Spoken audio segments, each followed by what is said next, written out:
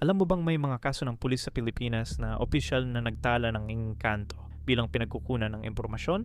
Hindi ito tsismis. Hindi ito kwento ng mga kamag-anak. Ito ay nakasulat sa tunay na dokumentasyon ng Philippine National Police noong dekada 80 at 90. May mga detektibo noon na pumirma sa opisyal na papeles na nagsasabing ang kanilang tipster ay isang spirit medium at ang pinagmula ng impormasyon, isang engkanto. Isang beses, dalawang beses, paulit-ulit na nangyari ito. Dinala ng mga medium ang mga opisyal sa eksena ng krimen, sa mga libingan ng mga nawawala, sa mga lugar na hindi nila dapat malaman, at ang pinakamakapal na bahagi nito ay hindi ang mga engkanto mismo, kundi ang pagpirma ng mga opisyal na sinanay na sumunod sa katibayan at sa agham.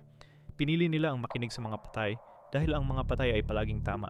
May mga kaso ang nalutas, may mga bangkay ang nahanap, at ang mga record ay nandun pa rin ngayon naghihintay na basahin ng sino man na matapang.